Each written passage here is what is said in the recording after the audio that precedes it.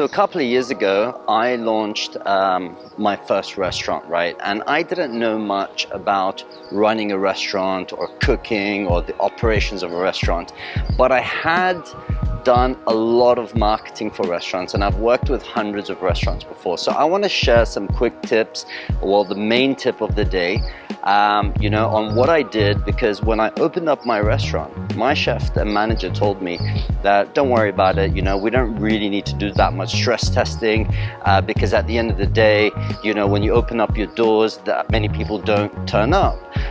So what I had done, as usual, my concept was my brand. So I did the marketing, the story, all in my way.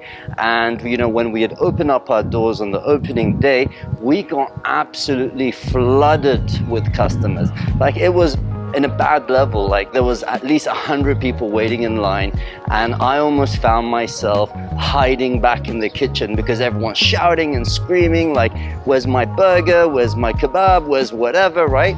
So what I wanted to share is basically one marketing tip, that if you have a restaurant, that you could implement immediately in order to get some results, right? So as you know, the market is super competitive right now, and everyone is advertising like crazy online. So you really got to grab that attention. You got to stand out. So my first tip, and the tip on this video, is to create what I call an Instagrammable menu item. So what is an Instagrammable menu item? Well, it's an item that is so ridiculous, right? That, when you see this online, everyone would have to stop. It commands attention because, you'd have to almost stop for a second and be like, what the hell is this thing, right? It looks ridiculous, whether it's the size, whether it's the combination. It's basically something that a creation that no one other restaurant actually has on their menu. You need to be the first to do this, right? To just grab that attention. People would want to try it, they'd want to share it, they'd want to talk about it, and most of the time they will order it just to take a picture of it, and that's why I call it an Instagrammable menu item. So the idea isn't that this is an item that will always be on your menu.